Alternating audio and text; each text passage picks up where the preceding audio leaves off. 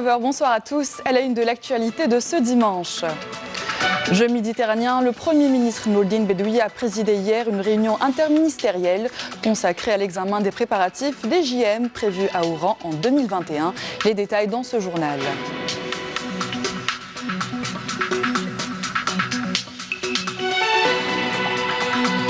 Également dans cette édition présidentielle, 145 postulants à la candidature pour le scrutin électoral du 12 décembre prochain ont procédé jusqu'à jeudi dernier au retrait des formulaires de souscription des signatures individuelles.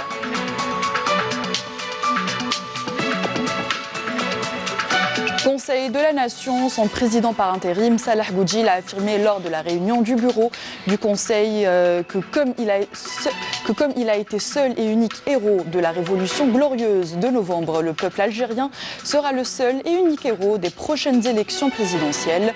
Le peuple qui consacrera à travers cette élection son choix souverain et sa volonté d'édifier une Algérie démocratique et sociale qui s'inspire dans sa légalité et sa raison d'être la volonté du peuple et dont la souveraineté sera par le peuple et pour le peuple.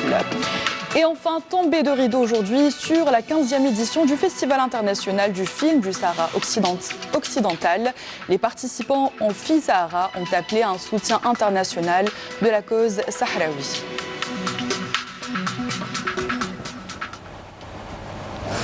Voilà pour les titres, bienvenue à tous. On commence ce journal avec le Conseil interministériel consacré hier aux Jeux méditerranéens de 2021. Une réunion de gouvernement présidée par le Premier ministre Nourdine Bedoui. Une commission nationale a été installée à l'issue de la rencontre. Elle devra se charger du suivi des différents préparatifs des JM de 2021. Les détails avec Nesselim Ben Saïdi. Du sport lors du dernier conseil interministériel présidé par le Premier ministre Nourdine Bedoui.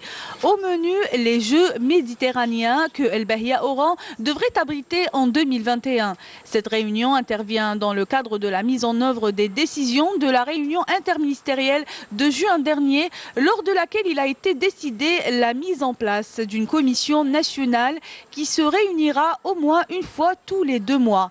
Elle sera scindée en sous-commissions et se chargera du suivi des différents préparatifs relatifs aux Jeux méditerranéens Oran 2021. Le Premier ministre a écouté lors de cette réunion des exposés détaillés sur les travaux des différentes sous-commissions pour la préparation de ces Jeux qui se chargent des aspects techniques, organiques, financiers et de sécurité, ainsi que la stratégie de communication et de l'animation culturelle et touristique de cette manifestation. Les exposés présentés ont aussi fait état d'un avancement important des préparatifs, notamment en ce qui concerne le parachèvement de la réalisation des différentes structures et infrastructures devant abriter l'événement et qui devront toutes être réceptionnées avant juin 2020. Nourdine Bedoui s'est dit satisfait du taux d'avancement important des travaux de réalisation des différentes infrastructures devant abriter cet événement sportif régional. Le Premier ministre a affirmé dans le même cadre que l'organisation de ces Jeux était un important enjeu national qu'il convient à tout un chacun de contribuer à sa réussite, d'autant qu'il s'inscrit dans le cadre de la démarche du gouvernement visant à promouvoir le sport national et lui donner un nouveau souffle et de réunir les conditions idoines pour former et donner naissance à une élite sportive de haut niveau. Le Premier ministre a insisté sur la nécessité de s'en tenir fermement aux normes internationales dans la réalisation et l'équipement des structures concernées par ce rendez-vous. Des instructions ont aussi été données pour l'acquisition d'équipements techniques ultra-modernes en vue d'assurer une couverture médiatique de haute qualité. Le ministre des Finances a été chargé de la création d'une commission d'experts à son niveau pour l'élaboration d'un cahier des charges y afférent. Outre sa dimension sportive, cette manifestation permettra de promouvoir la destination Algérie en général et Oran en particulier et de mettre en relief la diversité culturelle de notre pays continent. Taoufir Makhloufi, vice-champion du monde d'athlétisme du 1500 mètres à Doha, et Walid Bidani, médaillés de bronze aux mondiaux d'haltérophilie à Pattaya, ont été récompensés hier soir lors d'une cérémonie tenue en leur honneur au Centre international de conférence Abdelatif Rahal à Alger, et ce en présence de plusieurs membres du gouvernement. Sarah Derbel. Récompensés, valoriser et encourager les sportifs algériens. C'est ce qui ressort de la soirée honorifique en l'honneur du coureur Tawfiq Makhloufi et l'haltérophile Walid Bidani. Cette cérémonie a enregistré la présence de plusieurs membres du gouvernement et également plusieurs personnalités du monde sportif. Les deux champions ont reçu un message du Premier ministre Nordine Bedoui, lu en son nom par le directeur de cabinet du Premier ministère. Nous avons connu cette année plusieurs joies. Après le couronnement historique et mérité à la Coupe d'Afrique des Nations, voilà que nous célébrons la victoire de nos deux champions internationaux qui ont honoré l'Algérie, à savoir Tawfiq Makhloufi en athlétisme et Walid Bidani en haltérophilie. Tawfiq Makhloufi qui n'est plus à présenter, le grand champion. Tawfiq Makhloufi, je pense que c'est extraordinaire ce qu'il est en train de réaliser. Ça fait 3 mandats qu'il est en train de jouer. La belle surprise de ce mandat, Walid Bidani. 200 kilos à l'arraché, à moins de 20 kilos au record mondial. Je pense que c'est un très beau potentiel pour les Jeux Olympiques de Tokyo. Seul médaillé algérien au championnat du monde de Doha, Tawfiq Makhloufi a également décroché sa première médaille aux mondiaux. De son côté, l'haltérophile Walid Bidani a remporté la bronze historique au championnat du monde. Je suis très fier de nos deux valeureux athlètes, Bidani Walid et Makhloufi. Je suis honoré dans cette cérémonie et je suis très content. Je remercie tous les ministères, spécialement le ministère de Sport. Les deux champions restent optimistes pour les prochains Jeux Olympiques et envisagent une bonne préparation avant de décoller à Tokyo. Sport toujours, cette fois c'est l'équipe nationale militaire de football qui poursuit ses prouesses lors de sa participation aux 7e Jeux mondiaux militaires du Conseil international du sport militaire qui se déroule du 14 au 28 octobre 2019 à Wuhan en Chine en remportant aujourd'hui sa 2e victoire face à son homologue américain avec un score lourd de 8-0 pour se qualifier avec mérite au quart de finale de cette compétition militaire avec un total de 7 points et ce après un match nul face à l'équipe qatari pour le compte des éliminatoires du premier groupe. Les joueurs de notre équipe nationale ont su dominer le match dès les premières minutes, une domination qui s'est soldée par un triplé de la part de Bilal Messaoudi, suivi par un doublé de Chouitar avant que Drifel, Ben Hamouda et Dahmani n'inscrivent un but chacun. Le match s'est terminé en faveur de notre équipe nationale militaire qui a fait preuve d'un haut niveau en termes de performance et de résultats et d'une ferme détermination pour hisser haut les couleurs nationales. Dans le volet des élections en direction Marseille, où la communauté algérienne établie dans le sud de la France se réjouit de la tenue des élections présidentielles du 12 décembre prochain. Que j'aimerais que le pays s'améliore, que notre futur nouveau président fasse des avantages pour le peuple algérien, beaucoup pour la jeunesse surtout, qu'ils aient du travail, toutes les personnes qui ont des gros bagages, qui ont des bacs, qui puissent retrouver du travail et qui soient reconnus dans leur pays avec leur bagage. Il faut impérativement aller vers des élections, ça c'est sûr, pour qu'on revienne à la stabilité, pour que vive l'Algérie tout simplement. Et puis 145 postulants à la candidature pour l'élection présidentielle du 12 décembre prochain ont procédé jusqu'à jeudi dernier au retrait des formulaires de souscription des signatures individuelles. C'est ce qu'a indiqué le président de l'autorité nationale indépendante des élections, Mohamed Chalfi. Les détails avec Amel et Siridir. Le candidat à la présidence de la République doit être de nationalité algérienne uniquement. C'est ce que stipule l'article 87 de la Constitution. L'autorité nationale indépendante des élections rappelle les conditions de candidature conformément à l'article 87 de la Constitution et d'autres conditions mentionnées dans l'article 139 de la loi organique relative au régime électoral modifié et complété. Conformément à l'article 87 de la Constitution, le candidat ne doit pas avoir acquis une nationalité étrangère. Il doit être de confession musulmane et avoir 40 ans révolus au jour de l'élection. Il doit jouir de la plénitude de ses droits civils et politiques. Il doit également attester de la nationalité algérienne d'origine unique du conjoint. Le candidat doit justifier d'une résidence permanente exclusive en Algérie durant un minimum de 10 années précédant le dépôt de la candidature. Pour les candidats nés avant juillet 1942, ils doivent justifier de la participation à la révolution de novembre 1954. Quant aux candidats nés après juillet 1942, ils doivent justifier de la non-implication de leurs parents dans des actes hostiles à la révolution du 1er novembre 1954. Tout candidat doit produire la déclaration publique du patrimoine mobilier et immobilier, tant à l'intérieur qu'à l'extérieur de l'Algérie. L'article 139 de la loi organique numéro 1610 relative au régime électoral modifié et complété stipule que le candidat à la présidence de la République doit déposer une demande d'enregistrement auprès du président de l'ANI. La loi exige au candidat de joindre à son dossier de candidature, qui doit être déposé par lui-même auprès de l'instance, plusieurs documents, dont une copie de son programme électoral et un diplôme universitaire ou un diplôme équivalent, ainsi qu'un certificat de nationalité algérienne d'origine.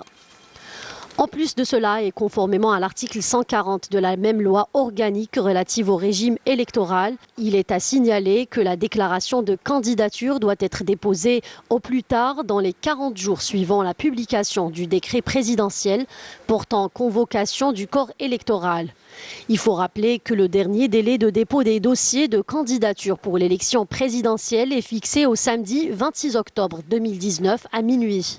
La nouvelle loi organique relative au régime électoral fait obligation aux candidats à la présidentielle de prendre un rendez-vous au préalable pour la prise en charge et la définition de l'opération de réception, remplir un formulaire contenant ses coordonnées et celles des accompagnateurs ainsi que les matricules des véhicules utilisés pour le dépôt des formulaires de souscription.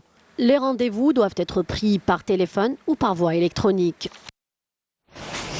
Conformément à l'article 92 de la Constitution et conformément aux dispositions de l'article 49 de la loi organique 04-11 du 6 septembre 2004 relatif au code de la magistrature, le chef de l'État Abdelkader Ben Salah a opéré un mouvement dans le corps des présidents et des commissaires d'État près des cours administratives.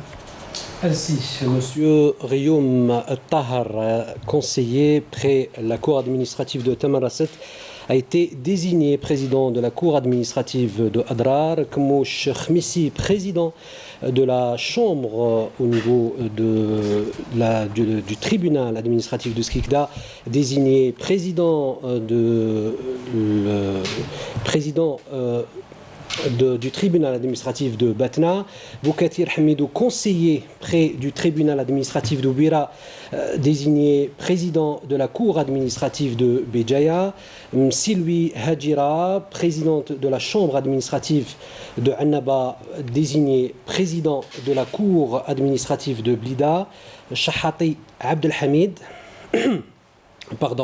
président de la chambre au niveau de la cour administrative, la cour de Gardaya, désigné président de la cour administrative de Tébessa, Laouch Fatam Zohra, présidente de la cour administrative de Boumerdas, désigné président de la cour administrative de Tizi Ouzou, Toubal Mohamed, président de la cour de Tismsilt, désigné président de la cour administrative de Djelfa, Bouarrouj Abdel Hakim, président de chambre administrative de Qsantina, désigné président de la cour administrative de Skikda. Également, Boukri'a Daoud, président de la cour administrative de Skikda, désigné président de la cour administrative de Annaba, Djoudi Souad, présidente de la cour et vice-président de la cour de Tarf, désigné président de la cour administrative de Galma, Tmim Abdelhamid, président de la chambre administrative au niveau de la chambre, au niveau de la cour administrative de Oumbouaki, désigné président de la Cour administrative de Qsantena, Khrar Zoubida, présidente de la Cour administrative de Tipaza, désigné président de la Cour administrative de Mdia, Souad Chemloul, président de la Cour administrative de Mdia, désigné président de la Cour administrative de Msghanam, Morjan Majid, président de la Cour administrative de Bourj Bouarilidj, désigné président de la Cour administrative de Msila, Mouhassar Abd Nasser, président de la Cour administrative de Gardaya, désigné quant à lui président de la Cour administrative de Ouergla. Medous Benzian, président de la Cour administrative de Ghilizan, désigné président de la Cour administrative de Beyad. Ouaq Saliha, président de la Cour administrative de Tizi Ouzou, désigné président de la Cour administrative de Boumerdas. Hamdan Issa, président de la Cour administrative de Béjaïa, désigné président de la Cour administrative de Taraf. Atir Nzar, conseiller près de la Cour administrative de Beskara, désigné président de la Cour administrative de Timdouf. Hennaoui Mohamed Rachid, président de la Cour administrative de Indefla, désigné président de la Cour administrative de la Wilaya d'El-Ouad. Bougra Saïd, président de la Chambre au niveau du président de Chambre au niveau de la Cour de Tébessa, désigné président de la Cour administrative de Soukahras. L'Aïb Farida, président de la Chambre administrative au niveau de Guelma, désigné président de la Cour administrative de Mila. Nqadi Baqi, vice-président de la Cour administrative de Naama, désigné président de la Cour administrative de Naama. Ghani Bou Abdallah, président de la Cour administrative de Adrar, désigné président de la Cour administrative de Gardaya. Msamah Asia, conseiller au niveau du tribunal ou près le tribunal administratif de Ain Mouchent, désigné président de la Cour administrative de Ghilizan. Dans le corps des commissaires d'État près les cours administratives, il a été désigné ainsi Merzouk Sadaq, conseiller au niveau du tribunal administratif de Gardaya, qui est désigné commissaire d'État près la Cour administrative de Adrar. Tanjawi Ahmed, conseiller près la Cour administrative de Indefla, désigné commissaire d'État près la Cour administrative de Chlef. Brou Abdel Fattah, président de la Chambre, président du tribunal de Qsantena, désigné commissaire d'État près la Cour administrative de Batna. Antri Mohamed Din, premier vice-président près la Cour de Djidjel, qui est désigné commissaire d'État près la Cour administrative de Béjaïa. Saoud Salah, président de chambre au niveau du tribunal administratif de Béjaïa, qui est désigné commissaire d'État près la Cour administrative de Beskara. Khalkhal Mohamed, conseiller près la Cour administrative de Maaskar, désigné commissaire d'État près la Cour administrative de Béchar. Farq Mohamed, commissaire d'État près la Cour administrative de Boumerdas, désigné commissaire d'État près la Cour administrative de Blida. Bchiri Mohamed Sherif, vice-conseiller près la Cour de Guelma, désigné commissaire d'État près la Cour administrative de Tébessa. Ben Ouda Nasreddin, procureur général adjoint près la Cour de Ghilizan, désigné commissaire d'État près la Cour administrative de Tlemcen. Younsi Amour, commissaire d'État près la Cour administrative de Blida, désigné quant à lui commissaire d'État près la Cour administrative de Tiaret. Habib Ahsen, président de chambre près la Cour administrative de Boumerdas, désigné commissaire d'État près la Cour administrative de Tizi Ouzou. Hadqi Zakaria, commissaire d'État près la Cour administrative de Tizi Ouzou, désigné commissaire d'État près la Cour administrative de la Wilaya d'Alger. Bouchachi Rabah, procureur général adjoint près près la cour de Tizi Ouzou, désigné commissaire d'État près la cour ou près la cour administrative de Djidjel. Zahra Mustafa, commissaire d'État près la cour administrative de Béjaïa, désigné commissaire d'État près la cour administrative de Sétif. Khalifa Abdelhamid, conseiller d'État, ou plutôt vice-premier conseiller auprès de la cour de Qsantena, désigné commissaire d'État près la cour administrative de Skikda. Aliouch Farouk, commissaire d'État près la cour administrative de Tlemcen, désigné commissaire d'État près la cour administrative de Sidi Bel Abbas. Ouled Meriem Amaldine, premier vice-procureur général près la cour de Tarf, désigné commissaire d'État près la cour administrative de Galma. Qatal Ahlam Aziza, conseiller auprès de la cour administrative de Bourj Bouaririj, désigné commissaire d'État près la cour administrative de Qsantena. Ma'loum Chaban, commissaire d'État près la cour administrative de Biskra, désigné quant à lui commissaire d'État près la cour administrative de Msila. Issaoui Sardine, premier conseiller près la cour de Sidi Bel Abbas, désigné commissaire d'État près la cour administrative de Ma'askar. Amamra Ahmed, premier vice-président, premier vice-conseiller près la cour de Rilizan, désigné commissaire d'État près la cour administrative de la wilaya d'Oran. L'Akhdari Abdelkader, commissaire d'État près la cour administrative de Ma'askar, désigné commissaire d'État près la cour administrative de Al-Bayed.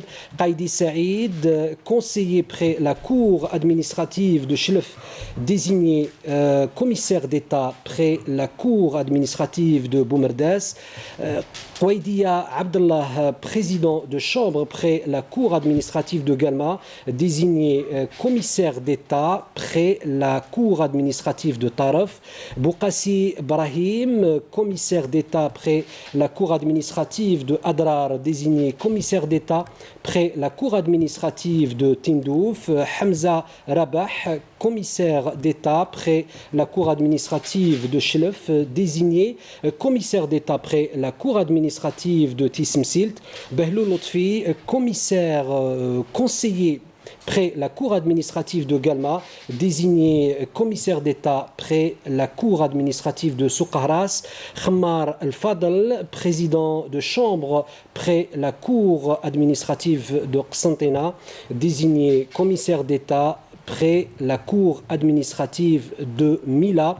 Et enfin, Kahouadji Kamila, conseiller auprès la cour administrative de Sidi Bel Abbas, qui a été désigné commissaire d'État près la cour administrative de Ain Timouchent. Fin de citation. Merci à vous, Nazim Azri. Donc, c'était le mouvement opéré par le chef de l'État, Abdelkader Ben Salah, dans le corps des présidents et des commissaires d'État près des cours administratives. Le bureau du Conseil de la Nation a tenu aujourd'hui une réunion sous la présidence de son président par intérim, Salah Goudjil. Au menu, la répartition des missions entre les membres du bureau, la programmation d'une séance à huis clos pour examiner la demande de la levée de l'immunité parlementaire de 2 membres du Conseil et le suivi des préoccupations exprimées lors de la réunion tenue le 10 octobre courant par les membres de l'instance des présidents élargie au bureau des commissions parlementaires. À l'entame de la réunion, le président par intérim a appelé tous les membres à redoubler d'efforts en vue de réussir les prochaines élections présidentielles, tout comme il a insisté sur le fait que ce rendez-vous vous constituera la pierre angulaire du processus de l'édification d'un état de droit dont les fondements s'inspireront des principes de novembre pour aboutir à une véritable démocratie qui constitue le couronnement du Hirak populaire pacifique. Le président par intérim du Conseil de la Nation, Salah Goudjil, a affirmé lors de la réunion du bureau du Conseil que comme il a été seul et unique héros de la révolution glorieuse de novembre, le peuple algérien sera le seul et unique héros des prochaines élections présidentielles. Le peuple qui consacrera à travers cette élection historique son choix souverain et sa volonté d'édifier une Algérie démocratique et sociale qui s'inspire dans sa légalité et sa raison d'être à la volonté du peuple et dont la souveraineté sera par le peuple et pour le peuple. Le président par intérim du Conseil de la Nation a saisi l'occasion pour relever les efforts consentis par le chef de l'État Abdelkader Ben Salah pour l'organisation d'un scrutin transparent. Salah Goudjil a de même mis l'accent sur les efforts de l'armée nationale populaire, digne héritière de l'armée de libération nationale pour la préservation de la souveraineté et de la stabilité nationale. Dans l'activité parlementaire, le bureau de l'Assemblée populaire nationale s'est réuni aujourd'hui sous la présidence de Slimane Chindine et a décidé, après examen, de soumettre pour étude le projet de loi complétant l'ordonnance 06-02 du 28 février 2006 portant statut général des personnels militaires et le projet de loi sur les hydrocarbures à la Commission des affaires économiques, du développement de l'industrie, du commerce et de la planification. Par ailleurs, lors de cette réunion, le bureau de l'APN a soumis la décision du Conseil constitutionnel relative au remplacement d'un député à l'APN à la Commission des affaires juridiques et administratives. Enfin, le bureau de l'Assemblée populaire nationale a étudié la demande de la Commission des transports et des télécommunications d'organiser une mission d'information. Dans le cadre de la lutte antiterroriste et à présent et grâce aux efforts des forces de l'armée nationale populaire, un terroriste s'est rendu aujourd'hui aux autorités militaires à Taman al-Asset. Il s'agit du dénommé Nadji Abdelrahman, dit Mohamed, qui avait rallié les groupes terroristes en 2012. Le dit terroriste était en possession d'un pistolet mitrailleur de type Kalachnikov et de 2 chargeurs de munitions garnis. Le communiqué du MDN souligne que ces résultats réitère encore une fois l'efficacité de l'approche adoptée par le haut commandement de l'ANP pour venir à bout du fléau du terrorisme et faire régner la sécurité et la quiétude à travers tout le territoire national. Et dans le cadre de la sécurisation des frontières et de la lutte contre la criminalité organisée, un détachement de l'armée nationale populaire a saisi aujourd'hui, lors d'une patrouille de fouilles menée près de la zone frontalière de Bni Ounif à Béchar, une grande quantité de kifs traités s'élevant à 7 quintaux et 82 kg. Encore une fois, les unités de l'armée nationale populaire réitèrent leur détermination à venir à bout de toute tentative malsaine visant à proliférer de tels fléaux intrus à notre société et à nos valeurs.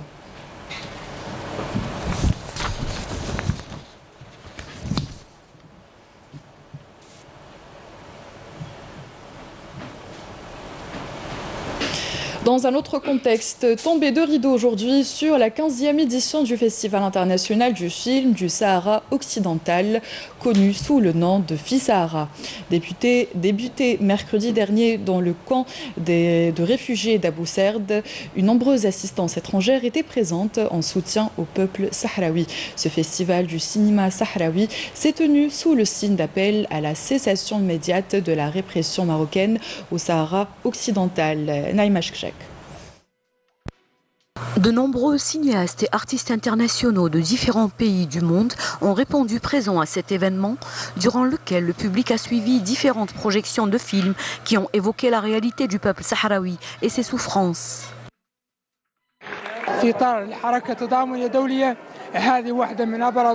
Cette manifestation est parmi les plus importantes qui se font en solidarité mondiale avec le peuple sahraoui, sachant qu'en novembre prochain, une grande conférence internationale de solidarité avec le peuple sahraoui se tiendra en Espagne.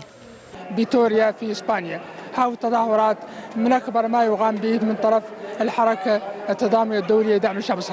En plus d'être une fenêtre sur le monde qui rend visible la cause sahraoui, ce festival dénommé Fissahara était aussi une véritable plateforme d'inclusion et de développement dans les camps de réfugiés. Je suis venue d'Amérique latine et j'ai participé à ce festival pour exprimer ma solidarité avec la cause juste du peuple sahraoui. Ce prix représente beaucoup pour nous. Il est très symbolique et nous pousse à persévérer pour la victoire de notre peuple, à travers aussi le rôle du cinéma pour faire parvenir au monde la voix du peuple sahraoui dans les territoires occupés du Sahara occidental.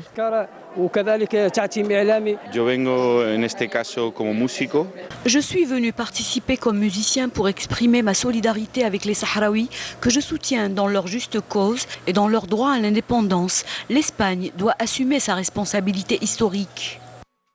Depuis sa création, il y a 15 ans, ce festival constitue une fenêtre au cours de laquelle cinéma et culture abordent la situation des jeunes Sahraouis nés dans les camps et qui n'ont jamais connu leur terre-mère. Fin de cette édition, merci à vous d'y avoir prêté attention et de nous être fidèles. Excellente soirée sur Canal Algérie et à demain.